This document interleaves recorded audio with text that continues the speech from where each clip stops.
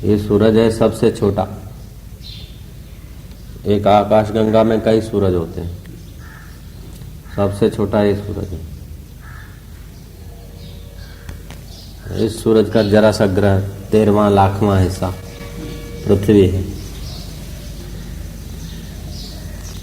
और इस पृथ्वी पे 97 राष्ट्र, 97 देश, और उसमें अपना देश और पराया देश, फिर अपना राज्य और पराया राज्य, अपना तहसील और पराया तहसील, अपना मोहल्ला और पराया मोहल्ला,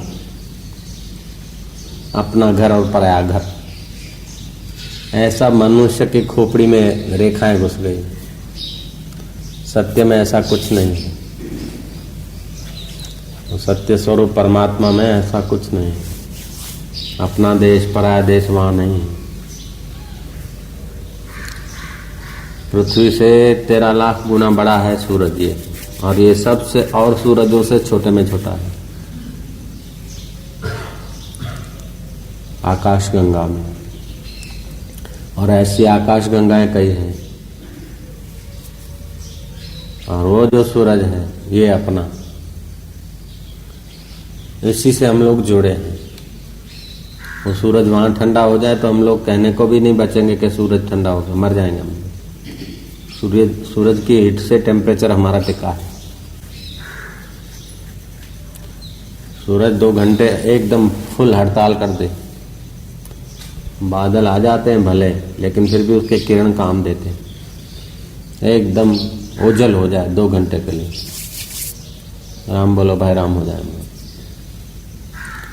तो सूरज से हम जुड़े हैं, हम माना ये शरीर जुड़ा है, लेकिन ये सूरज और शरीर सब नाश हो जाए फिर भी हमारा नाश नहीं होता। ये देश देशांतर लोक लोकांतर सब रसातल में चले जाए फिर भी हमारे वास्तविक स्वरूप का कभी कुछ बिगड़ता नहीं।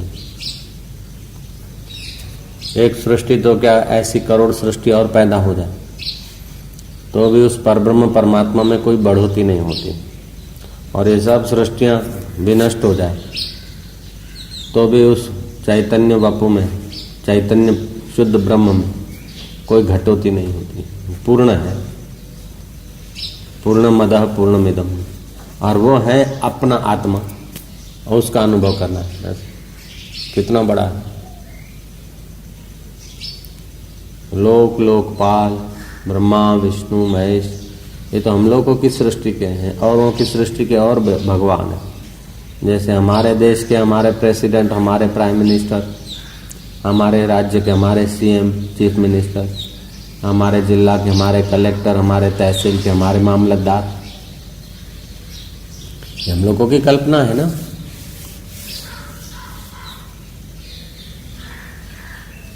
पेशकार हमारे पेशकार, तुम्हारे पेशकार, ये सब मन की कल्पना है, छोटी दुनिया है। ईश्वर अपने असली दुनिया में देखो तो कुछ नहीं। रात को गहरी नींद में क्या होता है? होता है मिनिस्टर, प्राइम मिनिस्टर, प्रेसिडेंट, अच्छा बुरा पुण्य पाप, क्या होता है? एकदम शांत ब्रह्म, वो ऐसा ब्रह्म है। रात को गहरी नींद नहीं लगे तो सुबह को काम करने के काबिल भी नहीं होते। तो शांत अवस्था, सुषुप्ति अवस्था ब्राह्मी अवस्था है।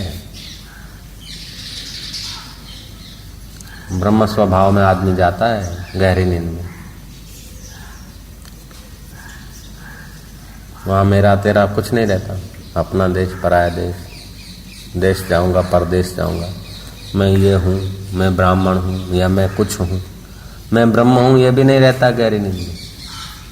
ऐसा स्वरूप में ब्रह्म को पता नहीं मैं ब्रह्म हूँ।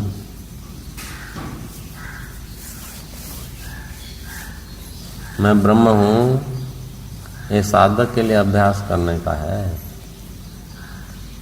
सिद्ध को तो ये भी नहीं करना पड़ता कि मैं ब्रह्म हूँ।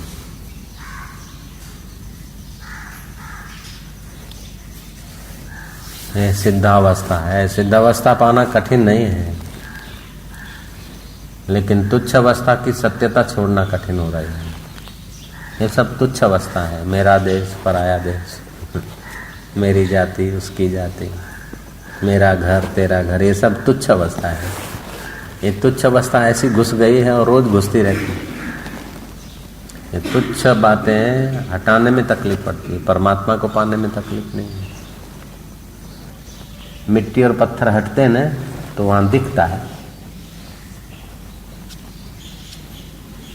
अब इसमें भी आकाश है, इसमें भी आकाश है, लकड़ा है ना, उसमें भी आकाश तत्व है।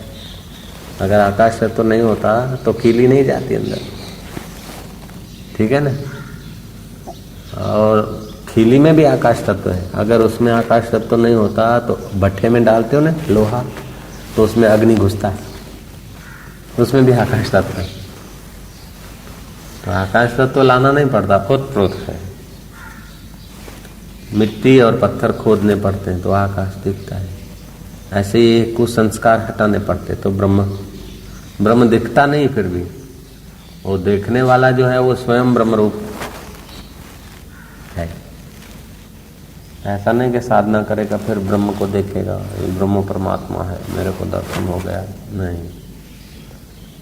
वो अब्रह्म हट जाएगा तो ब्रह्म तो है ही है कि कंकड़ मिट्टी हट जाएगा, आकाश तो है ही है। ऐसे ही जगत की सत्यता, शरीर में अहम प्रत्यय, राग और द्वेष, ये सब बाधित हो जाएगा। भगवान का दर्शन हो जाए, इष्ट का दर्शन, कृष्ण का, राम का, बुद्ध का, कबीर का, नानक का, देवों का, संतों का, फिर भी अपने स्वरूप का बोध नहीं होगा तो मजूरी बाकी रहेगी। किसी का दर्शन नहीं हुआ, अपने स्वरूप का बोध हो गया तो सब अपने आप मिलेंगे एक ही साथ। ब्रह्मा विष्णु महेश ज्ञानी की मुलाकात करते हैं, औरों की क्या बात है। ब्रह्मा विष्णु महेश 33 करोड़ देवता ज्ञानी के स्वरूप में अध्यस्त होते हैं। ब्रह्म में अध्यस्त એટલે શું कि जैसे आकाश में सब सूरज बड़ा है, पृथ्वी से तो बड़ा है, लेकिन आकाश के आगे सूरज कितना है? आकाश के आगे सूरज कुछ भी नहीं। ऐसे ही आत्मा जो है इतना व्यापक है हम लोगों का कि आकाश भी कुछ नहीं। ऐसे हम लोग हैं, लेकिन मान बैठे अपने को शरीर। हम अगर उधर नहीं होते, सूरज के भी आगे हम नहीं होते तो सूरज के आगे का हिस्सा नहीं दिखता। हम वहां भी हैं, हमारे साधन छोटे हैं इसलिए दिखता है, कम दिखता है आँख, लेकिन जो भी दिखता है ना वहाँ पहले हमारा चैतन्य वपु सत है, हम हैं। लोकांतर के जहाँ भी कल्पना करते, जो मन की कल्पना में आता है वो, और उसके पार भी हम हैं। ब्रह्मा में भी हम हैं, विष्णु जी में भी हम हैं, शिव जी में भी हम हैं। ऐसा है वास्तव में।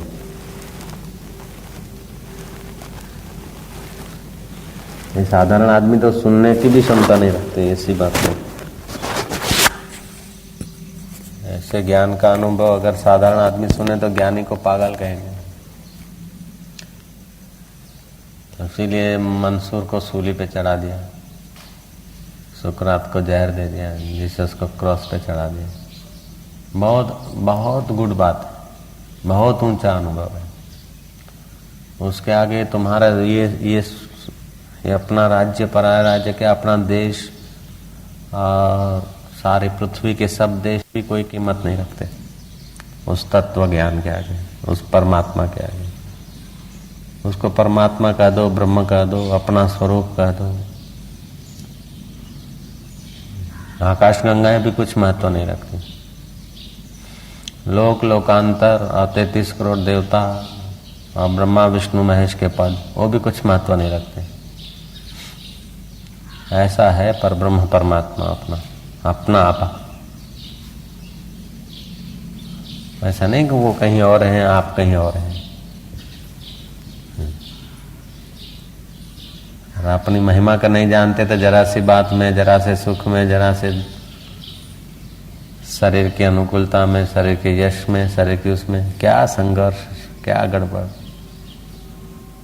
क्या खिंचाव, तनाव, छोटी छोटी बात में अपने को जानते नहीं ना। तुम्हारी सारी मिल्कत कोई लूट ले और तुम्हारे शरीर को भी टुकड़ा टुकड़ा कर दे, और तुम्हारे को ज्ञान हो गया तो तुमको अनुभव होगा कि तुम्हारा कोई घाटा नहीं पड़ा। और दुनिया भर के राष्ट्रपति, प्राइम मिनिस्टर, सेनापति सब तुम्हारे अनुकूल हो जाए। ब्रह्मा विष्णु महेश भी आपके अनुकूल हो जाए, 33 करोड़ देवता भी आपके अनुकूल हो जाए, फिर भी आपको लगेगा कि मेरा कोई विशेष फायदा नहीं हुआ।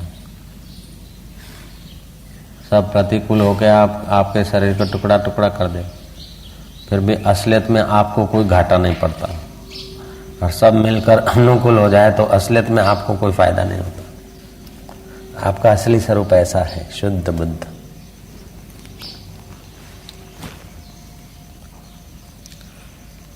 ज्ञान हो जाए तो फिर लगेगा माया मेघो जगन नीरम, माया रूपी मेघ, जगत रूपी नीर, वर्षते यथा तथा, महाकाशति का हानि लाभम अपि का विद्यते।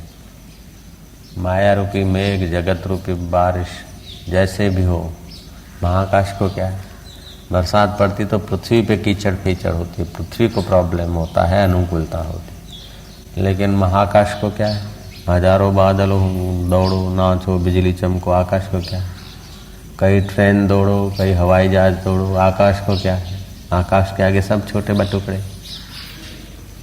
ऐसा परब्रह्म परमात्मा आकाश से भी ज्यादा महान, सूक्ष्म, अत्यंत सूक्ष्म है, उसका वर्णन नहीं होता।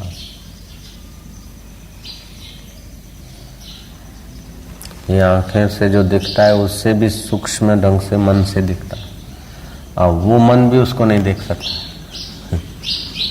आंखों से जो दिखता है दूरबीनी से, उससे भी ज्यादा मन से दिखता है, कल्पना से। स्वर्ग की कल्पना तो आंखों से नहीं होती ना, वैकुंठ की, तो उससे भी वो सूक्ष्म है, जो मन से भी नहीं दिखता, बुद्धि से भी नहीं दिखता। दुनिया भर के सब विज्ञानी, सब बुद्धिमान व्यक्तियों की बुद्धियां सोच सोच के खत्म हो जाए, ठहर जाए, आगे रास्ता न मिले, वहां से ब्रह्म ज्ञान शुरू होता है। દુનિયાના બધા જે દોડિયા કાઢિયાના વિજ્ઞાનીઓ છે એમની બુદ્ધિઓ બધી વાપરીને છેલ્લી અણી આવીને ઊભી રહે કે હવે કઈ સમજાતું નથી, तो वहां से वेदांत का श्री गणेश होता है, वहां से स्वरूप का श्री गणेश होता है। ऐसा आविष्कार किया है भारत के महापुरुषों ने कि हद हो गई। आ તમારા જે કાળિયા ધોળિયા જે વિજ્ઞાનીઓ છે અત્યારે છે ને બીજા જે બનશે, એ બધાની બુદ્ધિઓ રિસર્ચ કરી કરીને આઈન્સ્ટાઈન જેવા બધા હજારો માણસ, આઈન્સ્ટાઈન તે 1000 ગણા બીજા ચતુર માણસ આવી જાય અને બધા જ પ્રયત્નો કરે આત્માને શોધવાના સાધનોથી, યંત્રોથી। એ બધાની બુદ્ધિ છેવટે કે હવે કંઈ સમજાતું નથી, ત્યાર પછી શ્રી ગણેશ થાય છે વેદાંતનું, ત્યાર પછી આત્માનો દરવાજો આવે છે। ऐसा वो आत्मा सूक्ष्म है, इतना वो महान है। देखो उसका चमत्कार, पानी की एक बूंद माता पिता की, उसमें 3000 बेटे होते, आंखें कैसी छुपी है, उसमें अक्ल कैसे छुपी है, विज्ञान कैसे छुपा है, ये कितना चमत्कार है सूक्ष्म। एक वीर्य की एक बूंद में 3000 बच्चे हैं, और उनको अगर गर्भाशय व्यवस्थित मिल जाए तो 3000 बेटे हो सकते एक बूंद में से। एक बार पुरुष की शक्ति नाश होती तो 1,20,000 बच्चे हैं उसमें। तो बैल का जो इंजेक्शन बनते हैं ना, बैल संकलित होता है, उसमें से कई इंजेक्शन बनते हैं, और एक इंजेक्शन में कई जंतु होते हैं, उसमें से एक आध जंतु गाय के गर्भ में रहता है और वो बैल होके आता है, गाय बछड़ी होके आता है। हम देख के आए सब वैज्ञानिक ढंग से, कितना सूक्ष्म है चैतन्य, आंख से दिखे नहीं, इतने बच्चे छुपे हैं उस वीर्य के एक ड्रॉप में, और उसमें से साइंटिस्ट पैदा होता है। रेगन पैदा होता है उसी में से तो हुआ है। अमेरिकन हलावी नाखे पण એ જીવડું ક્યાંથી આવ્યું? હા કે અમેરિકાને હલાવી નાખે છે એ બોલે છે એટલે વર્લ્ડ ફેમસ વાત થઈ જાય છે, પણ એનું મૂળ જુઓ તો जो पिता के शरीर से पसार हुआ उस शरीर के इंद्रिय का मार्ग कितना सूक्ष्म है, वहां से वो पसार हुआ है। बड़े आई एम समथिंग,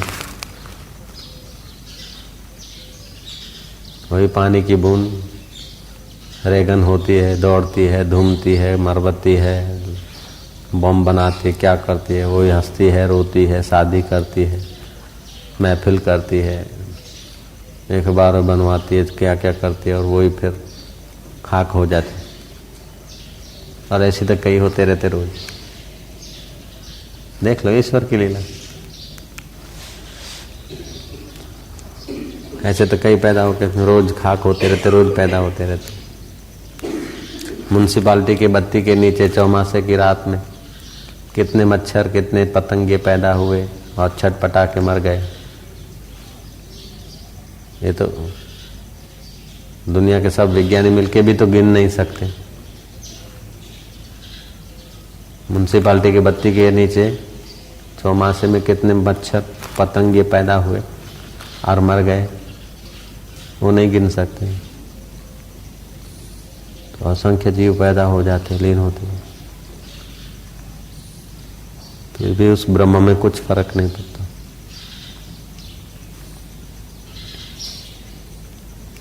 जैसे वो साबुन का पानी बना के बुंगड़ी से फूंक मारो तो बुलबुले बनते हैं। वो बच्चे को तो लगता है कि हाँ इतना बड़ा अच्छा है भाई, लेकिन आकाश के अंदर वो क्या है? आकाश में वो तो बने बिगड़े ऐसे ही सृष्टियां बुलबुलों की नहीं पैदा हुई, लीन हो गई। उस पर ब्रह्म में कुछ नहीं। वो ज्ञानी होता है, वो परब्रह्म स्वरूप मैं रूप में जिसको अनुभव हो गया उसको ज्ञानी बोलते हैं। इसलिए नानक जी ने कहा मत करो वर्णन हर बेअंत है, क्या जाने वो कैसे रे। धीरा की गति धीरा जाने, ज्ञानी की गति ज्ञानी जाने। ऐसा है वो आत्मदेव, उसका ज्ञान होता है आत्मा का, वही सच्चा ज्ञान है। बाकी सब मन कल्पित ज्ञान है। बाकी के जो ज्ञान है ना, ईंट चुने लोहे लकड़ के गरीबी अमीरी के, ये सब मन कल्पित ज्ञान है, मन की कल्पना के। सच्चा ज्ञान वही है आत्मा का।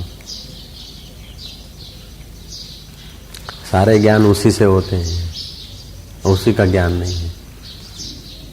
अब आप देख रहे हैं ना मेरे को, मैं आपको देख रहा हूं तो वो उसी वो परमात्मा की सत्ता से हो रहा है।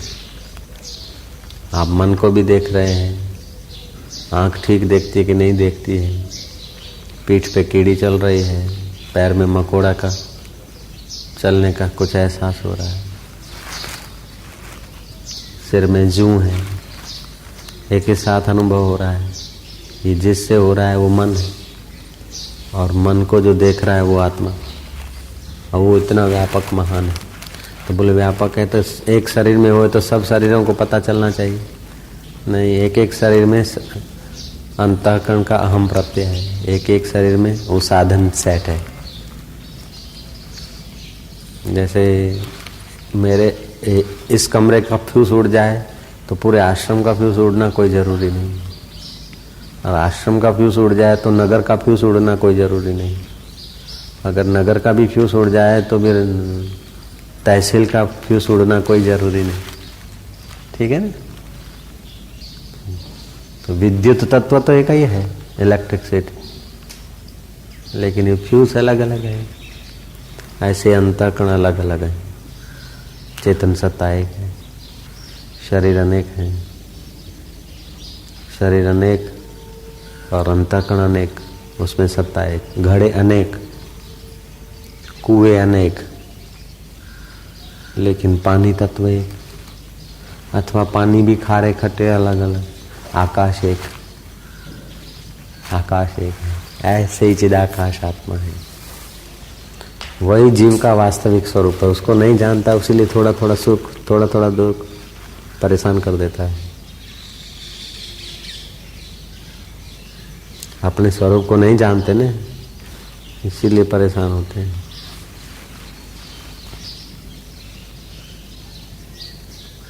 यह बहुत ऊंची बात है, बहुत ऊंचे ब्रह्म ज्ञान। इसके आगे इंद्र का राजबाज कुछ नहीं, परमात्मा तत्व के आगे। ब्रह्मा जी के एक दिन में 14 इंद्र बदलते हैं। ऐसे हजारों ब्रह्मा जी जिस ब्रह्म में पैदा होके लीन हो गए, वो ब्रह्म का साक्षात्कार। या कोई बच्चों का खेल नहीं है।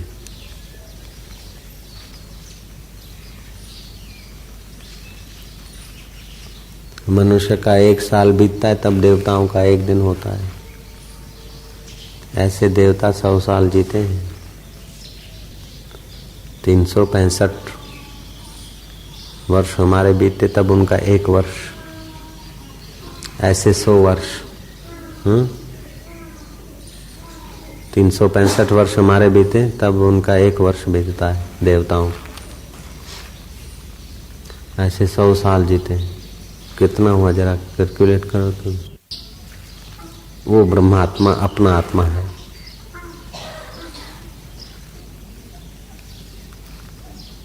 फिर 4 पैसे की नौकरी, 6 पैसे की वे वही पढ़ू, क्या कीमत रखता है?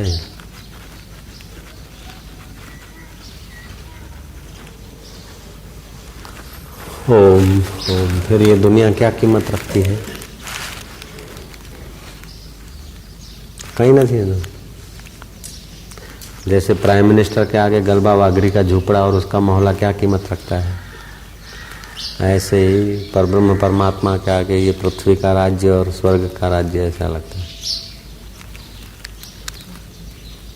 वो परमात्मा अपना आत्मा है और ज्ञानी को अनुभव होता है वो मैं हूँ। ज्ञानी ये एहसास करता वो मैं हूँ। वो एहसास काल्पनिक नहीं है, सत्य में उसको साक्षात्कार होता है।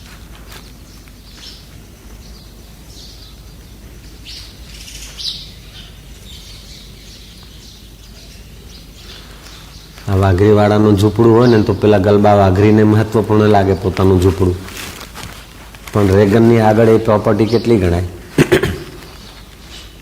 એવી રીતે તત્વજ્ઞાનની આગળ રેગન પણ પેલો વાઘરી કરતા ઓછો ગણાય। એવા રેગન જેવા તો કેટલાય વાઘરા પેદા થઈને મરી ગયા, એની ગણતરી જ નથી। जैसे प्राइम मिनिस्टर के रेंज में तो कई वाघरी मकान बना बना के रह के चले गए, आए गए। प्राइम मिनिस्टर की तो गिनती में नहीं, उसको खबर ही नहीं कि गलबा वाघरी नु झूपड़ू क्या आयु, गलबो वाघरी छे के नहीं देश में। प्राइम मिनिस्टर को खबर है क्या? अमथा वाघरी, गलबा वाघरी, पेलो सेंधो वाघरी, अमथो वाघरी, गलबो वाघरी। प्राइम मिनिस्टर को पता है क्या? उनका भी अपना कोई महत्व है, अपना कोई मकान है और वो सरपंच है, उनको कोई पता नहीं प्राइम मिनिस्टर। ऐसे ही ब्रह्म को कोई पता नहीं कितने प्राइम मिनिस्टर हैं, कितने इंद्र है, कितने लोकपाल है, यमराज है, यमपुरिया है, उनका कुछ नहीं। वो ब्रह्म अपना आत्मा है ज्ञान पाना है। कोई बच्चों का खेल है?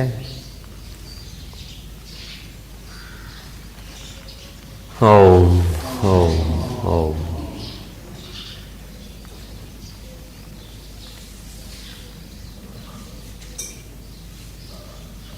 ओम ओम। क्या याद रहता है? अच्छा बुरा, अपना पराया, बस घन सुषुप्ति ये साक्षात्कार है। गहरी नींद जो है, जैसा गहरी नींद में अनुभव होता है ऐसा साक्षात्कार में होता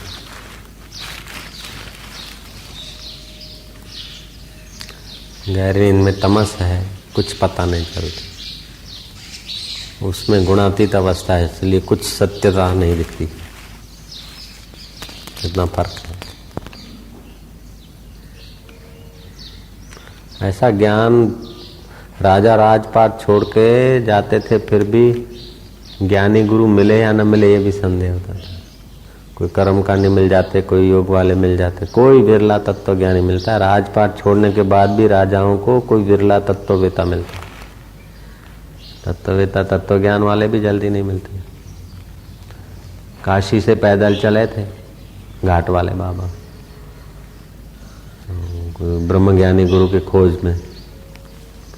तो बद्रीनाथ गए, केदारनाथ गए, गंगोत्री गए, कुछ नहीं, कहीं नहीं मिला। फिर जांच करते करते हरिद्वार में एक जगह पर एक पंजाबी था, वो जब्बा पहनता था, घड़ियाल बांधता, बुढ़ा था। योग वशिष्ठ की कथा होती थी, 4-5 आदमी सुनते थे और वो ऐसे लेटा लेटा सुनाता था। इतना काशी से पैदल चले, गंगोत्री गए, जमुनोत्री गए, केदारनाथ गए, फिर वापस लौट के हरिद्वार आए। वहां जांच करते करते पता चला कि वो एक है तत्ववेता। और उनके 2 वचन सुन के ज्ञान हो गया। घाट वाला बाबा हो गए, वो गृहस्थी थे। उनको देख के इनको हुआ क्या, अरे ये क्या सुनाएगा, ये क्या ज्ञानी है। घड़ियाल बांधते और बैठ भी नहीं सकते, बुढ़े हैं, लेटे लेटे, खमीस और सलवार पड़ी पंजाबी की।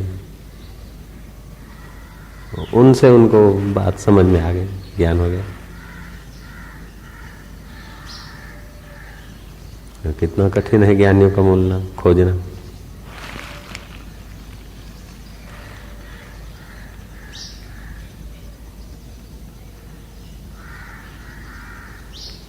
ऐसे जड़ भरत भी ज्ञानी थे,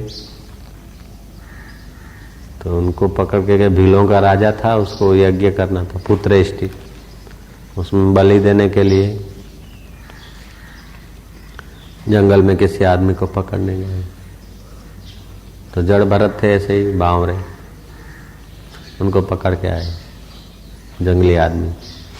उनको नहलाया, हार पहराया, जलेबी खिलाया, फिर उनका मस्तक काटना था, माता के उस हवन में होम करना था।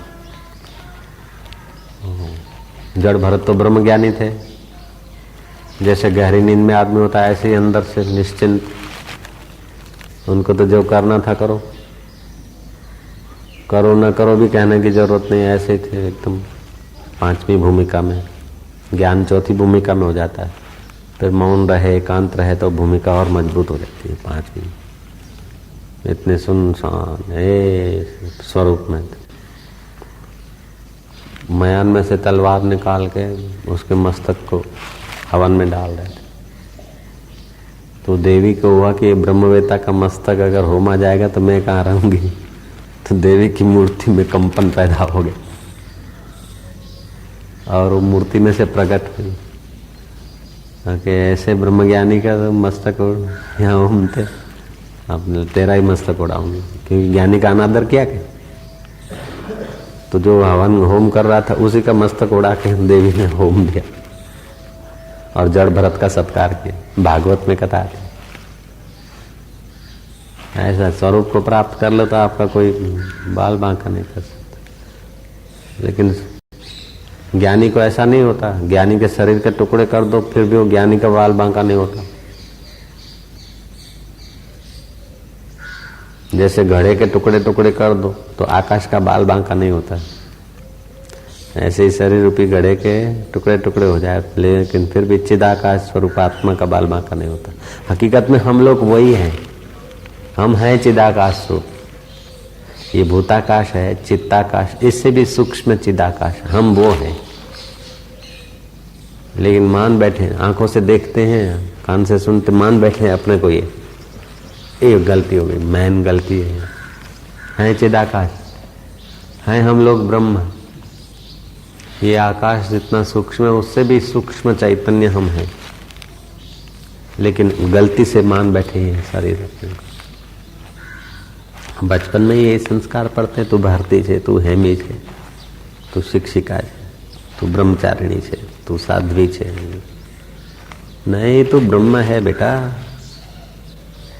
तू भारती पारती क्या है, हेमी मेमी क्या है, सूरज चंदा जिसकी सत्ता लेते हैं वो तो है। कई सूरज चंदा तुझी में लटक रहा है,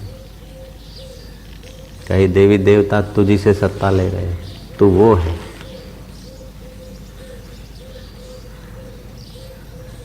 एक शरीर तेरा मिट जाए तो क्या है, अनंत शरीरों में तू है। एक सृष्टि तेरी हट जाए तो क्या है, अनंत सृष्टियां हैं तेरी, तू वो है।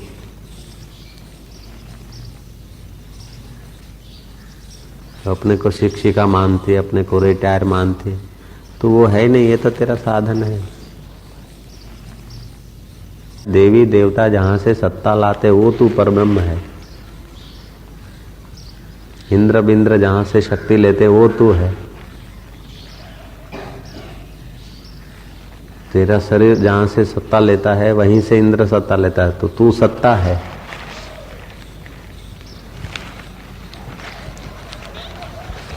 अनंत ब्रह्मांडों को सत्ता स्फूर्ति देने वाला शुद्ध पर ब्रह्म, निष्कलंक, निरामय, निरंजन, जिसमें देवी देवता, 33 करोड़ देवता, इंद्रदेव और जैसे सागर में बुलबुले हैं, तरंगे हैं, ऐसे ही आत्मा में ये देवी देवता है। ब्रह्मा विष्णु महेश के पद हैं। बड़ी बड़ी तरंग होती है, कोई बुलबुले होते हैं। तो परब्रह्म परमात्मा में ब्रह्मा विष्णु महेश भी एक तरंग है। तरंग तो पानी ही है, तो बुलबुला क्या है? बुलबुला भी तो पानी है। बुलबुला अपने को पानी जान ले तो समझेगा कि तरंगे सब मुझ में है। ऐसे जीव अपने ब्रह्मता को जान ले तो समझेगा कि ब्रह्मा विष्णु महेश भी मुझ में है। नहीं, अभी तो शिव जी शिव जी शिव जी कर रहे हैं। साक्षात्कार हो जाए तो पता चलेगा कि शिव जी भी मुझ में है।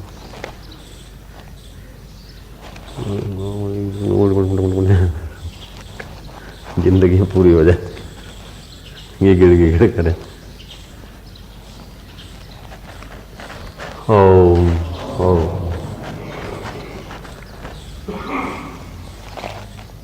ये कोई एकाग्रता करने से ये नहीं, एकाग्र ध्यान करेंगे तो जो संस्कार सुने हैं वही ध्यान में दृढ़ होंगे। कर्मकांड करेंगे तो देह को मैं मानकर करेंगे। तत्व ज्ञान कुछ चीज निराली है। 5 साल 10 साल रहे और फिर आधा घंटा गुरु जी का सत्संग मिल जाए ना तो वसूल हो गया 10 साल। ऐसा होता है, ये गुरुओं का सत्संग है। ओम ओम ओम।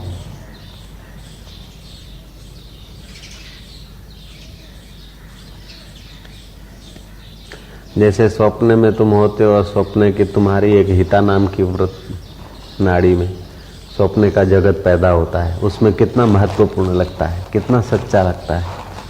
हाथी घोड़े, नदियाँ, नला, तालाब, देवी देवता, सूरज चांद, सितारे, दरिया, दरिया के किनारे, स्टीमर, सब दिखते स्वप्न में। लेकिन तुम्हारी जरा सी हिता नाम की नाड़ी में सारा का सारा। तो ऐसे ही ये जो दुनिया है वो तुम्हारी जरा सी माया में दिखती।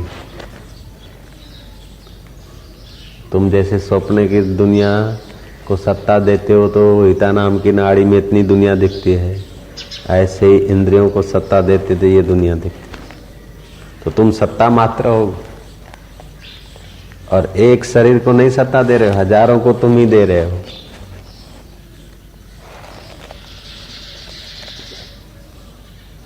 सत्ता मात्र है। जैसे सूरज एक व्यक्ति को थोड़े किरण दे रहा है, सब जीव जंतुओं को, वनस्पति को, पशुओं को, ज्ञात अज्ञात को। अरे जो हमारी आंखों से ओझल है उनको भी सूर्य के किरण लाभ देते हैं। जमीन में भी सूरज के किरणों का असर होता है। जमीन में छुपे हुए जंतुओं को भी जीवन दान मिलता है सूरज के किरणों से। तो सूरज को भी वहां से मिलता है जीवन दान, मुझ चेतन से। ऐसा ज्ञानियों का अनुभव होता है। 8वें अरस तेरा नूर चमकदा, तू उसते भी ऊंचा हो फकीरा, आपे अल्लाह हो। राम रहीम सब बंदे तेरे, तू उसते भी ऊंचा हो फकीरा, आपे अल्लाह।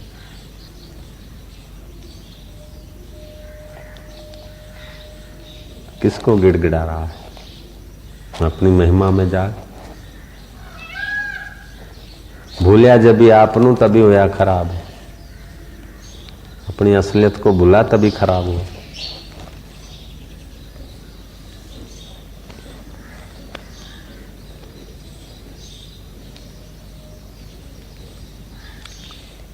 अपनी असलियत को भूला तभी खराब हुआ।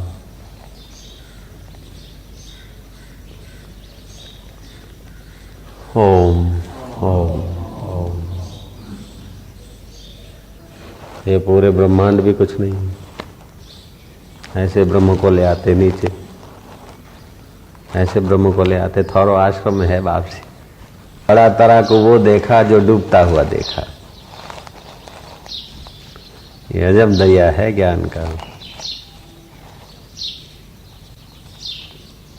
अपने ज्ञान स्वरूप में रहे तो खाने पीने के लिए मजूरी नौकरी नहीं करना पड़ता है, उसका होने मात्र से ही सूरज ठीक टाइम से उगता है। ज्ञानी के भय से तो चलता है काम, ब्रह्म के भय। ऋतुएं रंग बदलती है, पेड़ पौधे फल लगाते हैं, पृथ्वी में रस बन जाता है। चेतन की सत्ता से तो बनता है, और चेतन अपने को भूल के गिड़गिड़ा रहा है, आए रे दुष्काल पड़ा रे, मर गया रे। लाखों ऐसा लोग अपने स्वरूप में रह जाए तो अभी नंदनवन बन जाए। लाखों ऐसा, लाख आदमी में एक आदमी मैं वो चिदाकाश स्वरूप ब्रह्म हूं, ऐसा चिंतन करे खाली, और कोई धंधा ना करे, काम ना करे, तभी भी स्वर्ग में बदल जाए पृथ्वी। ऐसा वो परमात्मा का है। अभी कहना पड़ता है वो परमात्मा का अनुभव है, फिर अनुभव हो जाएगा तो ऐसा मैं परमात्मा हूं। पृथ्वी का लाखवां ऐसा अगर मेरा चिंतन कोई करे। साधारण आदमी से पूछो तो भगवान कहाँ है, तो वो भगवान को सिद्ध करने में 20 उंगली का जोर लगा देगा। भगवान ऐसा है, वैसा है, वैसा है, वहां है, वहां है, फिर भी संतोष नहीं होगा। ज्ञानी से पूछो भगवान कहाँ है, बोले देख खड़ा नहीं हूं तेरे सामने, मैं ब्रह्म। ज्ञानी के लिए भगवान को सिद्ध करना खेल है, ज्ञानी के लिए भगवान के लिए सिद्ध करना असंभव जैसा हो जाता। कोई कहेंगे कृष्ण भगवान है, कोई कहेंगे राम भगवान है, कोई कहेंगे सूरज भगवान है, कोई कहेंगे अल्लाह भगवान है, कोई कहेंगे वो भगवान है। ज्ञानी अनुभव करेगा कि सब मुझी में है, वो मैं हूँ। बोलते मैं कृष्ण बनकर आया था, लोगों ने मुझे नहीं जाना। मैं राम बनकर आया, लोगों ने मुझे नहीं पहचाना। मैं बुद्ध बनकर आया, लेकिन संसारियों तुमने मुझे पहचाना नहीं। मैं जीसस बनकर आया, तुमने नहीं मेरे को जाना। अब मैं राम तीर्थ होके आया हूँ, और मेरा उपदेश यही है कि तुम भी वही हो, अनादि अनंत हो, तुम मरने जन्मने वाले नहीं। यह है ज्ञानी का नाम। कृष्ण भी मैं हूँ, क्राइस्ट भी मैं हूँ, कुत्ता भी मैं हूँ। सूत्रे मणि गणाइव, जैसे धागे का पहले सूती बटन बनते थे। हम लोग बच्चे थे ना, तो चड्डियों में सूत्राऊ बटन पहनते थे, सूती बटन, और फिर वो धागे में पिरोए हुए होते।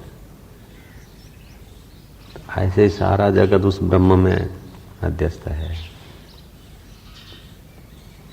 जैसे सारा सागर पानी है, और पानी की एक बूंद अपने को अलग माने तो कुछ नहीं, तुच्छ है, लेकिन अपने को पानी जान ले तो सब स्टीमर उसी में चल रहे। ऐसे ही देहदारी अपने को ब्रह्म रूप में मान ले तो अनंत ब्रह्मांड में व्यापक। जैसे वो बूंद पूरे सागर को, वो बूंद का पानी पूरा सागर है, ऐसे ही वो जीव पूरा ब्रह्म है।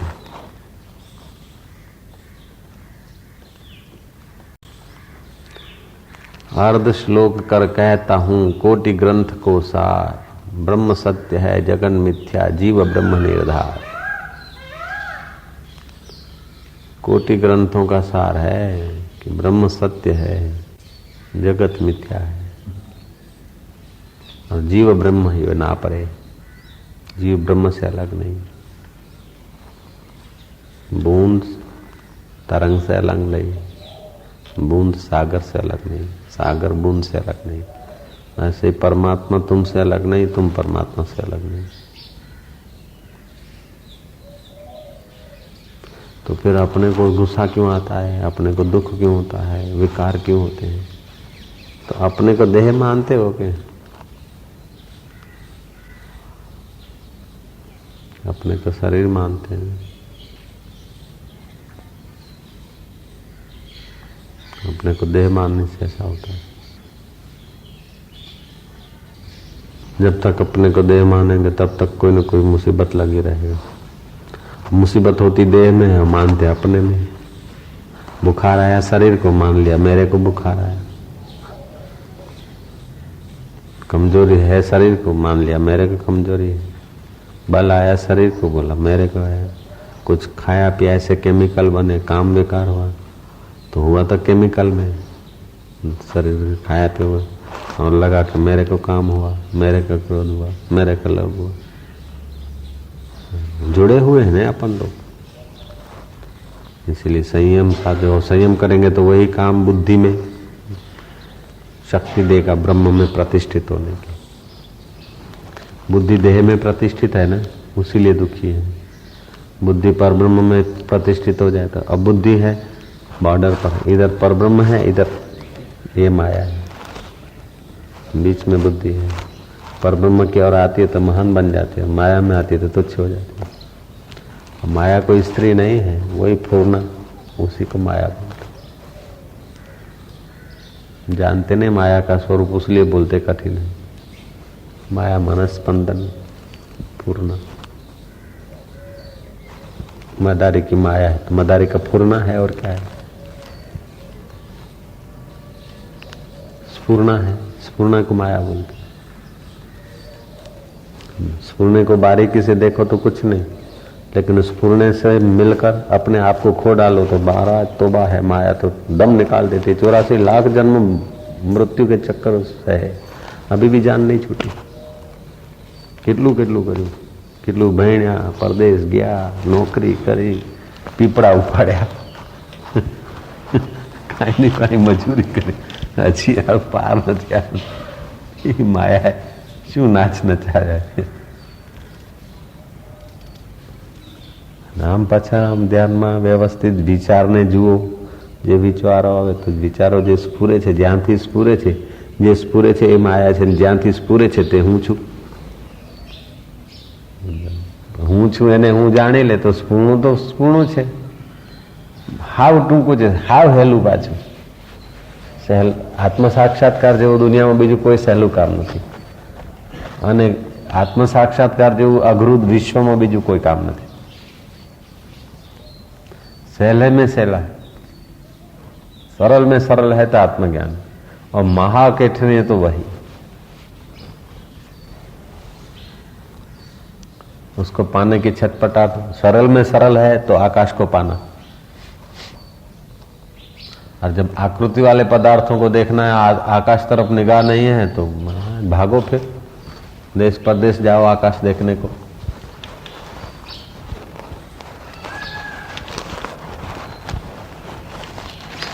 कल्पना करो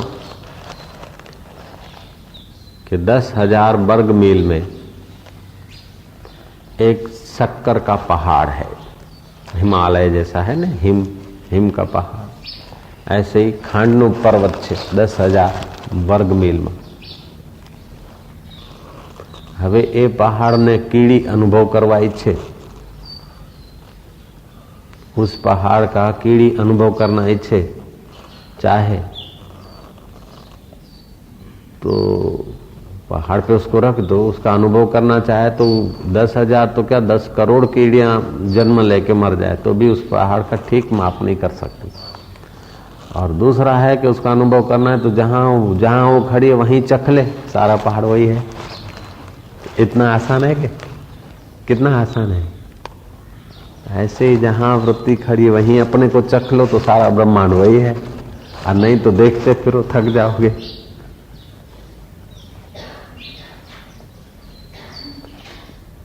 कितना आसान है। आत्म साक्षात्कार करना बहुत आसान है। जहां खड़े हैं वहीं जरा स्वाद ले लो बस, और नहीं तो लेत घूमते जाओ। बहुत कठिन है आत्मज्ञान पाना, और सरल भी बहुत है। और आत्मज्ञान के सिवा जो कुछ पाया सब व्यर्थ, सब तुच्छ, सब छोड़ के मरना, सब मजूरी। और आत्मज्ञान पा लिया फिर सब है नहीं है सब ठीक है। सच्चा जीवन तो ज्ञान के बाद ही शुरू होता है, तब तक सब बेवकूफी में गुजरते हैं हम लोग। ज्ञानी जीता है, हम लोग तो मरे हुए हैं। मरने वाले शरीर को मैं मानकर ये कोई जीवन है? हर रोज मर रहे हैं उसको बोलते जी रहे हैं। क्या जी रहे? खाक जी रहे। हर रोज मर रहे हैं, थोड़ा थोड़ा रोज मर रहे हैं।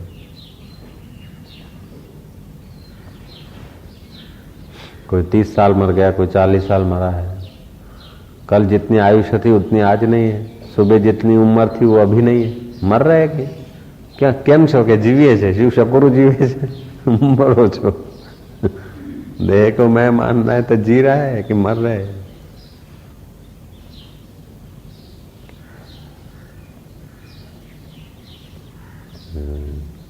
सच्चा जीवन तो अपना स्वरूप है, आत्मा, वही वास्तविक जीवन है। ऐसे जीवन को पाने के लिए चाहे 1000 कठिनाइयां सहनी पड़े,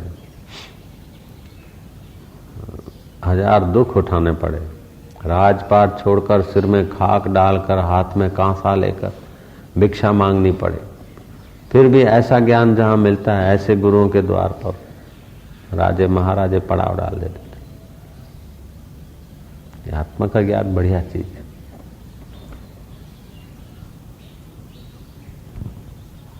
वो है आसान और कठिन भी बहुत।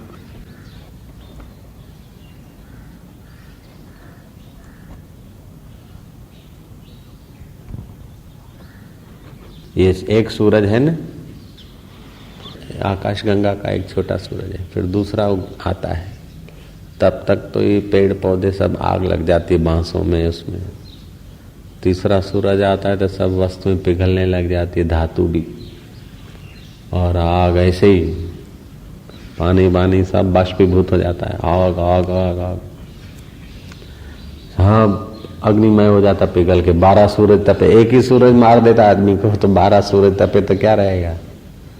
महाकल्प जब बनता है, ये एक सूरज है ना, फिर जब महाकल्प होता है तो फिर दूसरा सूरज, तीसरा सूरज, ऐसे 12 सूरज निकलते हैं। अब 12 सूरज निकले तो कितनी देर रहेगा अपन लोग?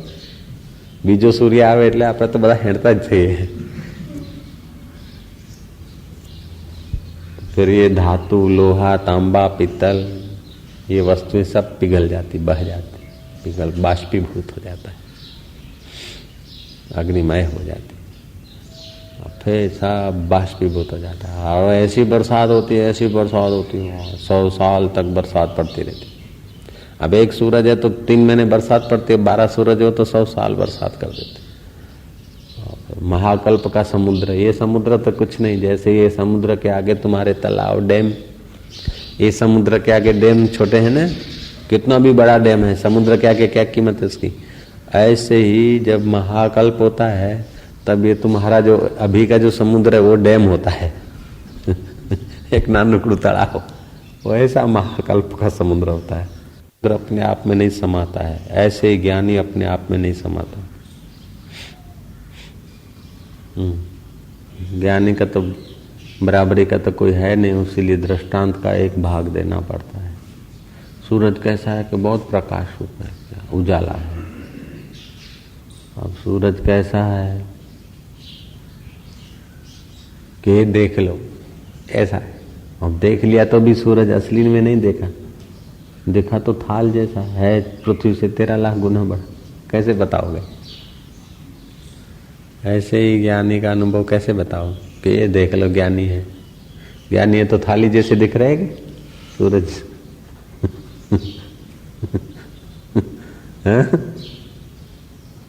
सूरज को देखना है तो कैसा कहो, सूरज बहुत बड़ा होता है, ऐसा होता है, ऐसा होता है, प्रकाश रूप होता है, सबको जीवन देता है। कैसा होता है जरा देखना, कागज पे दिखाओ, कागज पे दिखाओ क्या, असली देख लो। असली भी देखा तो भी ठीक से असली नहीं देख, हैं? ठीक है। ऐसे ही ज्ञानी को देख लो आंखों से, श्रद्धा भक्ति से सब देख लो। जब तक ज्ञान नहीं हो तब तक ज्ञानी को ठीक से देखा ही नहीं कोई, चाहे साथ में रहता हो। अरे ज्ञानी की पत्नी हो, बेटा हो, बेटा भी हो, शिष्य भी हो, शरीर से चिपका रहे, फिर भी ज्ञानी को आड़त नहीं कर सकता हो। ए बात नहीं तो कि जान तो कहीं नहीं। सूरज आटलो मोटो છે કોઈ જાણે છે? હા કે હું જાણું છું સૂરજ આટલો મોટો, જો આટલો કેટલો મોટો છે, ગોળ ગોળ છે, દેવદત્ત રોટલો ખાય એટલો મોટો છે, હું જાણું છું। लेकिन सूरज 13 लाख गुना बड़ा है पृथ्वी से। उधर जाओ तो तुम रह नहीं सकते।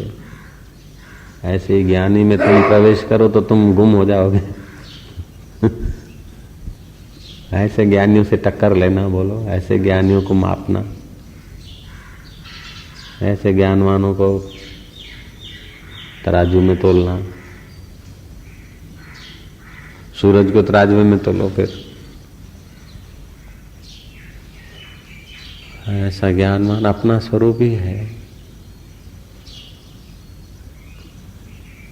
जिसको सुकृत बोध चाहिए, पवित्र उपदेश चाहिए, वो भगवान को निष्काम भाव से भजते, निष्काम भाव सेवा करते।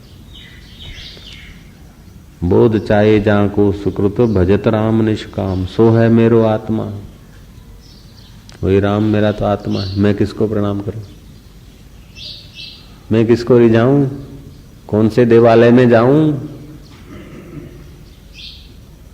सारे देवों का जो आधार है वो तो मेरा आत्मा है, वो मैं ही हूं। अब कौन से देव को गिड़गिड़ाऊं, कौन से भगवान को रिझाऊं? एक ज्ञानी का अनुभव है। हम लोग रोज मंदिर में जाते फिर भी मंदिर में नहीं, ज्ञानी मंदिर में नहीं जाता फिर भी वो जहां पैर रखता है वहां मंदिर होता है। देख लो ज्ञानी का मंदिर कैसा होता है, अद्भुत। ज्ञानी की चरण रज जहाँ है वहां मंदिर से कम नहीं। वो ब्रह्मवेता की चरण रज मंदिर मस्जिद से कम नहीं होती।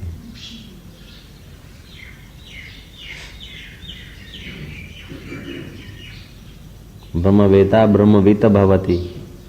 ये सारा जो खिलवाड़ है माया का है, ये ज्ञानी को खुश करने के लिए बनाया है माया ने। जो फूल खिलते हैं, हवाएं चलती है, सारा सृष्टि का विलास जो है ना, ये ज्ञानी के आनंद के लिए बना है। ज्ञानी माना ब्रह्म होता है ना।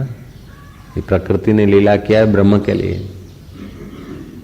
जैसे नर्तकी नृत्य करती है राजा के लिए, ऐसे ही प्रकृति जो भी कुछ सृष्टि की लीला कर रही, वो ब्रह्म को खुश करने के लिए, ज्ञानी को रिझाने के लिए।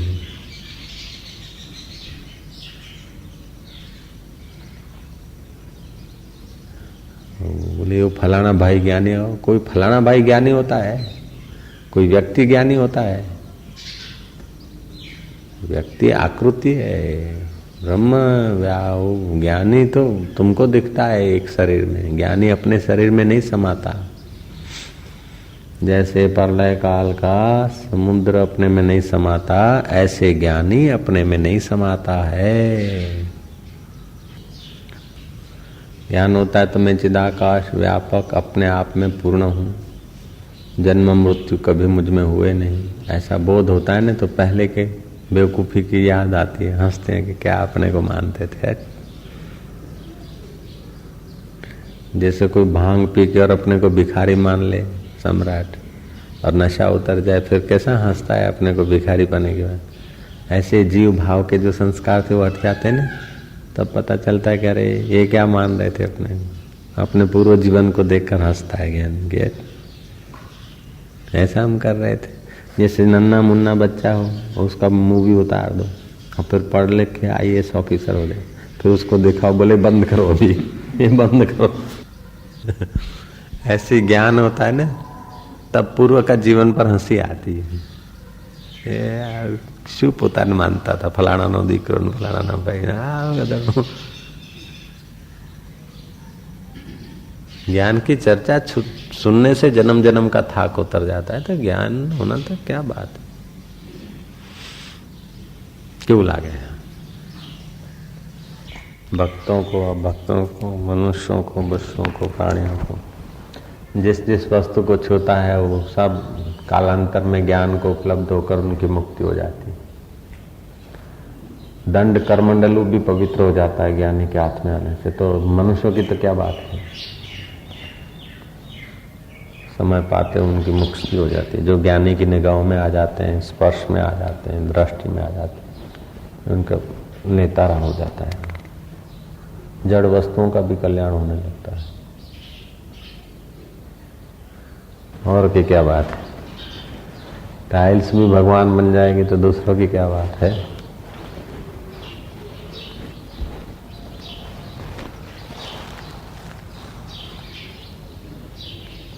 आत्मज्ञान मिलने से उत्तम लक्ष्मी प्राप्त कर लेता है। ये लक्ष्मी तो मध्यम साधारण कनिष्ठ लक्ष्मी, परम पद उत्तम लक्ष्मी है। इस लक्ष्मी में तो खतरा है। ये जो सेठों की लक्ष्मी है उसमें तो खतरा। उत्तम लक्ष्मी को ज्ञानी पाता है, फिर मध्यम लक्ष्मी वाले तो उसके चाकर हो जाते हैं। ज्ञानी उत्तम लक्ष्मी को पाता है, फिर संसार की लक्ष्मी वाले तो उसके चाकर बन जाते हैं। तो उसकी सेवा करने से उनको संसार की लक्ष्मी मिल जाता है। आत्मज्ञान मिलने से उत्तम लक्ष्मी प्राप्त कर लेता है। उत्तम लक्ष्मी जिसके हृदय में आ गया तो संसार की लक्ष्मी वाले तो उसकी चाकरी करके अपना भाग्य बना लेते हैं। ऐसा ज्ञानी होता है।